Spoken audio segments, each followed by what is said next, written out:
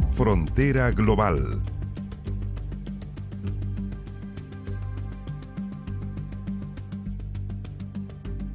¿Qué tal? ¿Cómo están? Bienvenidos y bienvenidas a Frontera Global, este espacio acá en Canal 24 Horas donde cada semana le contamos a qué puntos debe mirar para estar informado acerca del acontecer internacional. Para eso vamos de inmediato a revisar nuestros puntos cardinales de esta semana. Comenzamos en Haití, donde crece la tensión y el desgobierno después de que hombres armados atacaran a tiros el Palacio Presidencial, comandados por el pandillero Jimmy Cherizier, mientras el ex primer ministro Ariel Henry sigue refugiado en Puerto Rico tras su renuncia. Por su parte, las delegaciones internacionales han empezado a evacuar a sus diplomáticos de las embajadas, esto ante el incremento de la violencia en las calles y la ausencia de vuelos en los aeropuertos. Continuamos en nuestro país vecino, donde no baja la tensión política en Perú, donde el caso por el presunto enriquecimiento ilícito de la presidenta Dina Boluarte llevó a los congresistas a abrirle una moción de vacancia para sacarla del poder y a un revolcón en su gabinete de gobierno. Analizaremos los escenarios que enfrenta y el panorama de ingobernabilidad que arrastra el vecino país hace ya varios años. Y hay alerta también en Medio Oriente, esto luego del ataque de Israel contra el consulado de Irán en Siria, que dejó casi una decena de muertos, entre ellos varios altos mandos militares de Irán. Ambos países pidieron que la ONU tome medidas y advirtieron también que el ataque no quedará impune. Y finalmente, el régimen de excepción en El Salvador cumple 2 años como base de la polémica estrategia de seguridad de Nayib Bukele. Aunque según cifras oficiales se ha reducido la criminalidad, crecen también las alertas por violaciones de derechos humanos. Veremos el balance que ha dejado esta medida, que ya empieza a ser imitada en otros países de la región.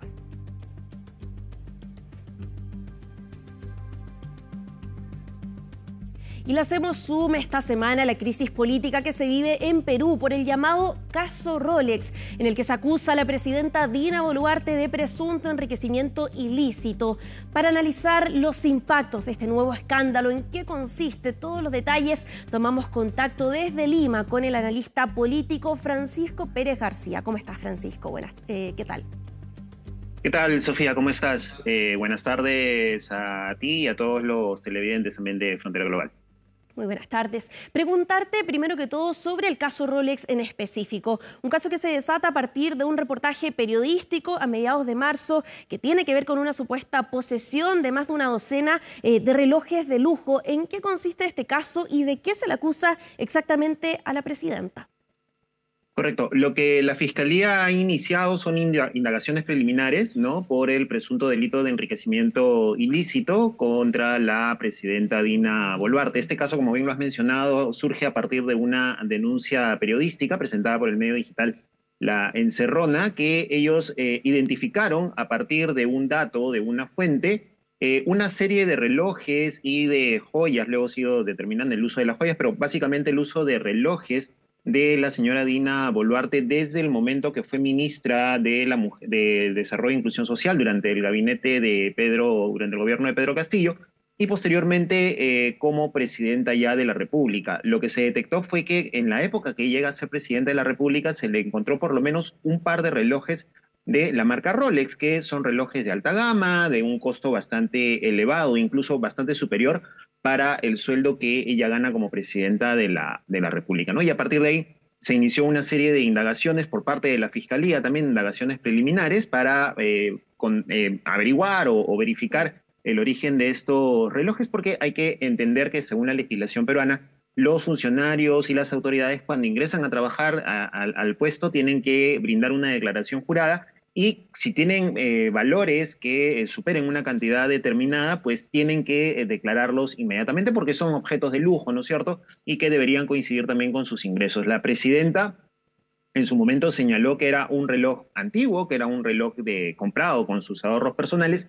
Sin embargo, en el allanamiento fiscal que se ha realizado el último fin de semana, precisamente entre la víspera de Viernes Santo y Sábado de Gloria, se hallaron documentos relacionados con uno de los relojes que determinaban que este no era tan antiguo, sino que había sido adquirido recién el año 2023. Y eso es básicamente lo que está ocurriendo y que ha generado toda una crisis política porque la presidenta podría ser responsabilizada o culpada por el delito de enriquecimiento ilícito y esto generaría también una moción, ha generado también una moción de vacancia en su contra.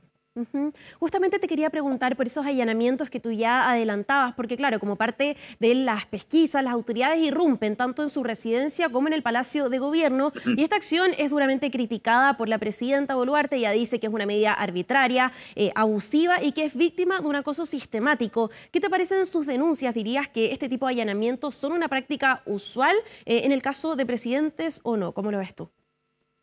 Hay que recordar que durante el gobierno de Pedro Castillo, su antecesor, ¿no?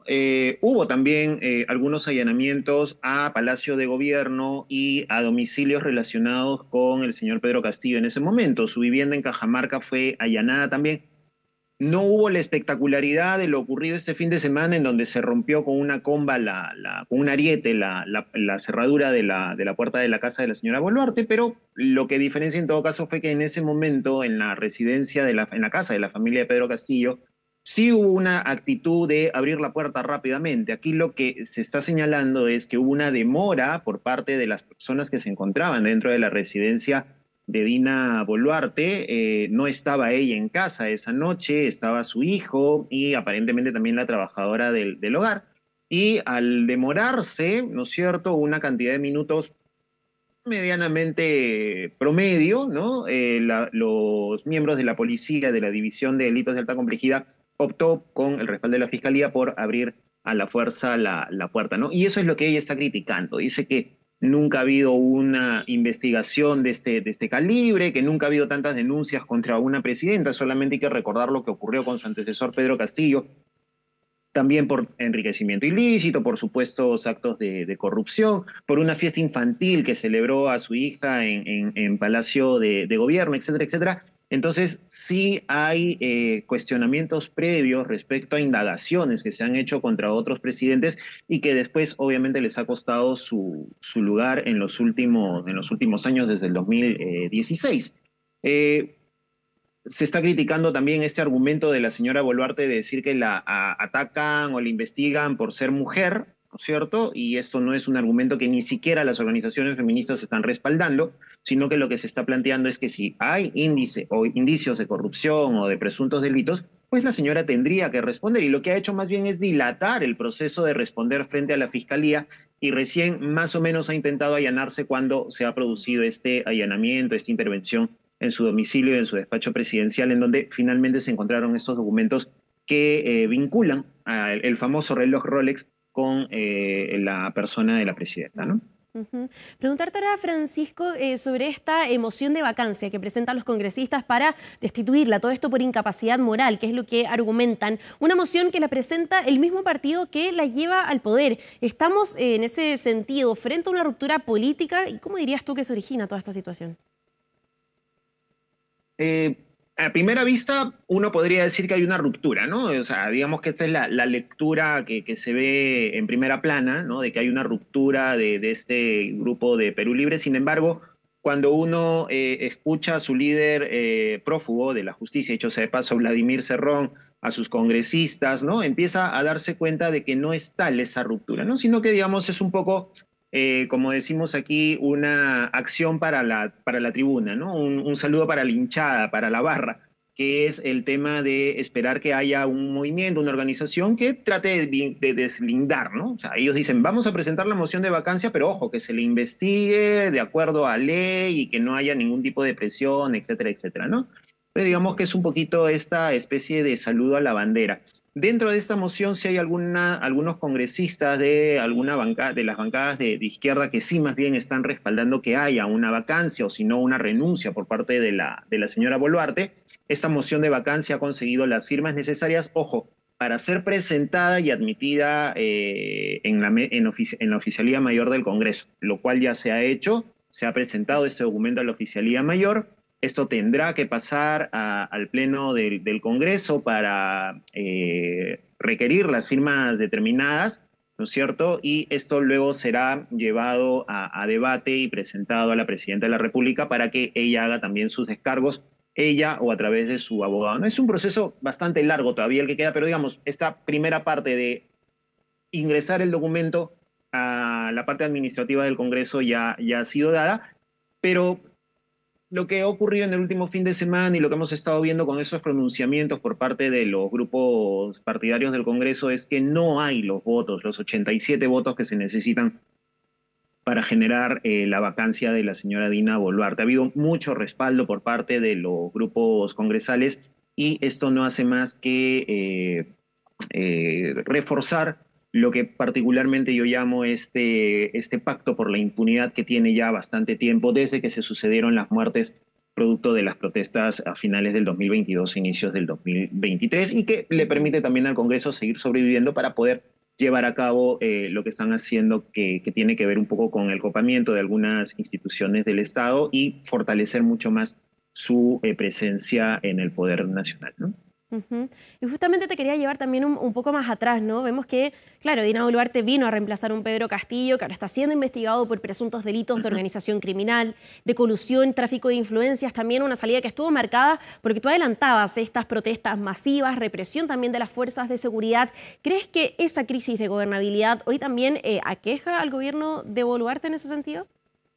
Sí, sin duda, Sofía. Es una crisis de gobernabilidad que en realidad no ha estado pacífica en ningún momento, ¿no? O sea, en ningún momento hemos tenido una estabilidad, digamos, una calma, ¿no es cierto?, con respecto a la situación política del país. Y hay que retrotraerse hasta el año 2016 con estas elecciones que llevaron a la segunda vuelta a Keiko Fujimori y a Pedro Pablo Kuczynski, ¿no? En donde Keiko Fujimori, con una mayoría abrumadora en el Congreso de la República, decidió no aceptar en ese momento la derrota en las elecciones, y lo mismo sucedió en el año 2021, ¿no? Previo a eso tuvimos tres presidentes más antes del 2021. Entonces, digamos que es una crisis política, una inestabilidad que no ha parado desde el año 2016, y esta inestabilidad se sigue generando, no como dice Dina Boluarte, porque el Ministerio Público allanó y rompió la puerta de su casa, no porque hay una moción de vacancia, sino porque hay una total falta de transparencia por parte del régimen para, por ejemplo, de la señora Boluarte, para explicar de dónde salieron los relojes, si es que fueron un regalo, quién se los regaló, por qué se los regaló, a cambio de qué se los regaló. Dineros que hay en cuentas que ella manejaba cuando era presidenta de un club regional. Ese dinero es del club regional, ¿de dónde salió? ¿Por qué seguía manejando dinero cuando ya era funcionaria, cuando ya era ministra? Entonces, digamos que eso, la negativa de responder a los muertos que se produjeron durante las manifestaciones en contra de su régimen a finales del 2022 e inicios del 2023, culpabilizar a los manifestantes, a los fallecidos, de que ellos mismos fueron los responsables de sus muertes, calificar de terroristas a quienes participaron en esas movilizaciones. Obviamente todo esto genera una inestabilidad que hasta la fecha perdura y que es sazonada además con un Congreso que está moviendo y generando leyes a sus anchas simplemente para su propio beneficio político, y que les va a permitir, por ejemplo, reelegirse dentro de algunos años si es que todo correctamente se dan las elecciones en el año 2026. Entonces todo esto genera una inestabilidad, hay una perturbación, hay una crisis económica de la cual no logramos salir todavía. No hay acciones por parte del Ejecutivo para poder salir adelante en esta crisis económica, por más que se traten de maquillar cifras, y esto pues obviamente genera esta crisis que seguimos viviendo, ¿no? Francisco Pérez García, analista político allá en Lima, Perú. Muchas gracias por este completo análisis y este contacto. Que estés muy bien. Gracias, Sofía, a ustedes y a ustedes también por la atención de lo que viene ocurriendo en nuestro país. Muchas gracias. Muchas gracias, un saludo. Bueno, y nosotros nos vamos a una breve pausa, pero ya estaremos revisando todo lo que pasa en El Salvador y estos 2 años del régimen de excepción.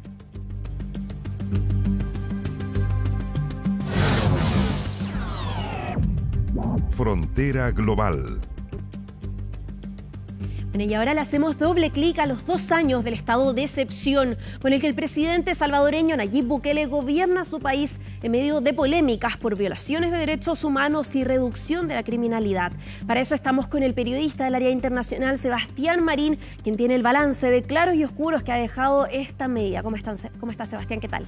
Hola, gusto de saludarte, Sofía. Así es, efectivamente, un gobierno que ha estado marcado por luces y sombras que se las invitamos a conocer en este instante. Recordemos que este mandatario ha tenido una gran aprobación, ganó en febrero las elecciones por más del 80% de los votos y podemos observar acá una cifra que es decidora. En el 2022 habían 495 homicidios, es decir, 7,8 por cada 100.000 habitantes. Y un año después ya tenemos que son 154 homicidios, 2,4 por cada 100.000 habitantes. Pero sin embargo, ¿cuál ha sido el costo de bajar esta tasa? 78.000 detenidos, muchos de ellos que se han visto, por así decirlo, con diversas violaciones a los derechos humanos, al debido proceso, cosas que efectivamente nosotros estamos más acostumbrados. Acá se permite a través de este estado de excepción que las policías o las fuerzas militares tengan en definitiva la potestad de atrapar a cualquier persona que esté involucrada o que sea sospechosa de estar involucrada, ya sea con la Mara Salvatrucha, que es uno de los grupos, o el Barrio 18, que son el otro grupo importante de pandilleros que hace años tenían tomado prácticamente El Salvador, pero hoy, obviamente, mediante esta política han visto muy importante reducido su poder. Exactamente, y creo que todos los analistas y por supuesto los salvadoreños también ya así lo demuestran en cómo votan, ¿no? Cómo reeligieron también ahora al presidente Bukele, están de acuerdo en que finalmente había una reducción de la criminalidad y que antes de que se desatara toda esta herramienta finalmente para controlar la inseguridad, había un control total, no solamente altas tasas de criminalidad, sino también situaciones de extorsión, donde eran finalmente las pandillas las que controlaban finalmente quienes ingresaban o no a distintos sectores y que mantenían a la población verdaderamente viviendo en pánico, ¿no? Y los números así lo avalan, pero el otro lado, ¿no?, de toda esta estrategia ha sido lo que vamos a revisar a continuación, denuncias también que han llegado por parte de distintas organizaciones. Es que claro, esto ha tenido un costo importante según la ONG Cristosal El Salvador. Son más de 3.780 los casos de violaciones de derechos humanos, detención arbitraria un 96,6%, que es un poco lo que hablábamos, esto de la potestad de poder detener sin ningún tipo de requerimiento por parte de los tribunales de justicia. Un 9,9% ha denunciado maltrato. Se habla también de una cifra de 224 muertos y allanamiento ilegal de morada 25,7%. De hecho, este ha sido uno de los ítems bastante criticados porque también muchos de estos allanamientos han sido por ejemplo, llamadas anónimas, algún vecino que habla de que este puede ser sospechoso de ser parte de una pandilla. Entonces, obviamente, eso de cierta forma también genera un poco o se presta para que existan de alguna manera violaciones a los derechos humanos importantes, por ejemplo, como que no violen tu morada, que finalmente es tu lugar donde uno descansa. Entonces ahí uno puede ir viendo cuáles son las partes positivas, las partes negativas. De hecho, el presidente Bukele hace nada, dijo que él podría exportar este tipo de sistema hacia Haití, a propósito de lo que estamos viendo en este país donde existen problemas de seguridad. Sin embargo, también estas cifras son importantes de conocer y también de cierta manera matizar, porque acá no es que se haya encontrado una fórmula mágica, acá vemos que existe efectivamente una reducción importante, donde incluso se habla de que son 0,4 homicidios por día, lo que vendría a ser una tasa la segunda menor de América, después de Canadá. Entonces, esto tiene un costo muy importante, que son las cifras que estamos revisando ahora mismo. Y justamente pudimos conversar nosotros como equipo internacional con la directora de investigaciones de esta ONG de Cristosal, que es una de las más importantes allá en El Salvador, y ella nos explicaba, haciendo este balance de los 2 primeros años, que si en un comienzo efectivamente se concretó la detención de pandilleros que estaban fichados, que habían sido previamente identificados más adelante, y explican ellos, a medida que fue pasando pasando el tiempo, se produjo una suerte de presión, un aumento de la presión tanto de la sociedad como del gobierno, denuncian ellos, porque más personas fueran capturadas. Y es en ese momento en que comienzan a desatarse estas detenciones arbitrarias, ¿no? Personas que en su mayoría fueron detenidas desde dentro de sus casas, otras tantas desde la vía pública, y por lo tanto es que se comienzan a desarrollar estos casos. Y también un panorama que, claro, uno dice un estado de excepción, pero que ya cumple 2 años. Muchos se preguntan también cómo es posible, ¿no?, que se mantenga, que se siga aprobando en el Congreso. Vemos también que es un Congreso dominado ampliamente por el partido de Nayib Bukele. Claro, al punto que incluso recordemos que por la Constitución de El Salvador, el presidente Bukele no se podía reelegir, pero finalmente hubo un acuerdo con la Corte Suprema de este país que le permitió a él dejar 6 meses antes el cargo para poder nuevamente postular a la presidencia. También otro punto, creo yo, que es muy importante, que también nos decía esta ONG, es que en El Salvador no se conocen muchas cifras de parte de la institucionalidad. Entonces también ahí tenemos un problema importante porque no se sabe finalmente a ciencia cierta con qué nos estamos enfrentando. Entonces, en ese sentido, obviamente, siempre todo este tipo de situaciones tienen de alguna manera luces y sombras. Claro, fue una medida que, recordemos, se aprueba en marzo de 2022 después de una ola de asesinatos, más de 80 personas que fueron asesinadas en solamente 3 días y que ahora, 2 años después, sirve como base para esta estrategia de seguridad del presidente Bukele, recientemente reelecto por amplia mayoría. Él ha prometido que no van a parar con esta estrategia hasta que capturen al último pandillero. Dijo también esta semana a través de sus redes sociales que esto está recién comenzando, por lo tanto vemos también que esta estrategia y este estado de excepción también que sirve como telón de fondo para aquello no tiene de momento para cuándo acabar. Muchas gracias, Sebastián, por todo este análisis. Que estén muy bien. Que estés muy bien.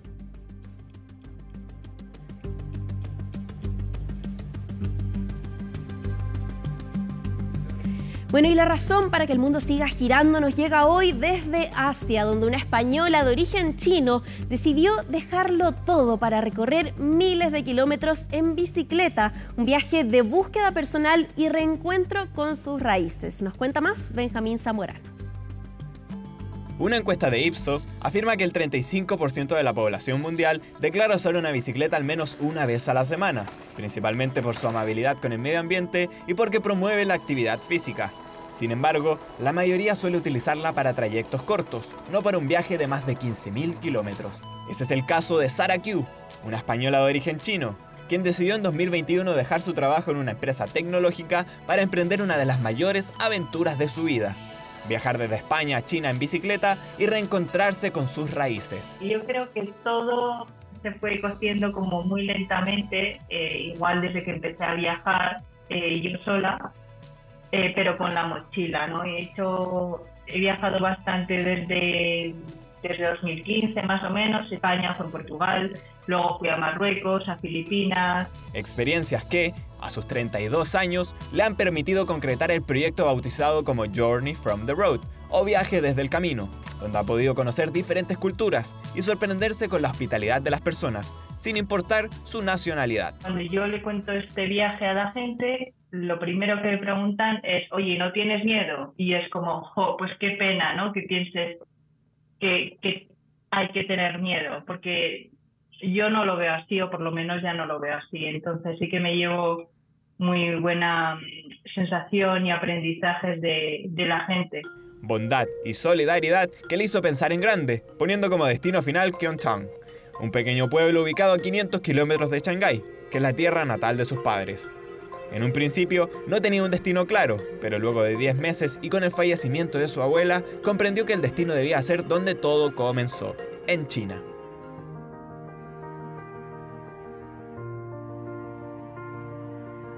Si bien Sara ya tenía experiencia en rutas cortas, no fue hasta que llegó la pandemia cuando comenzó a realizar circuitos más largos, como la ruta de 700 kilómetros entre Zaragoza y Oviedo, la cual le permitió prepararse física y emocionalmente para esta larga aventura.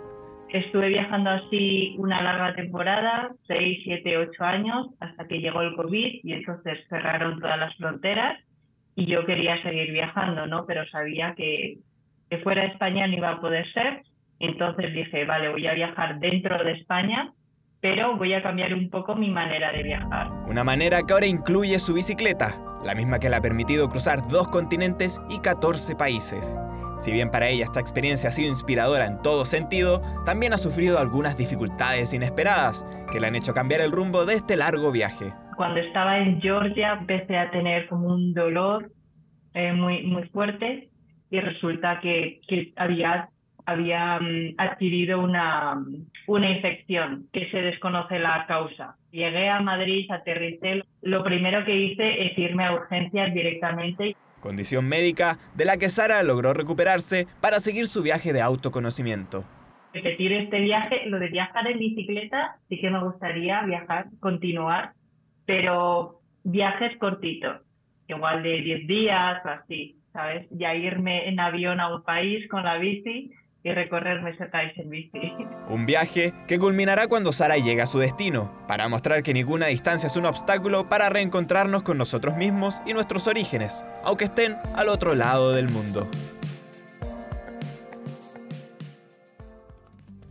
Bueno, y con esta inspiradora travesía nosotros despedimos este episodio de Frontera Global. Atentos, por supuesto, a las crisis políticas que azotan a Haití, también a nuestro vecino Perú, con los ojos puestos también en Medio Oriente, las posibles represalias que pudiera tener el ataque de Israel contra el consulado de Irán en Siria y también, por supuesto, mirando siempre lo que ocurre en El Salvador con un presidente que ya está pronto a asumir oficialmente su segundo mandato. Nosotros nos volvemos a encontrar. Que estén muy bien.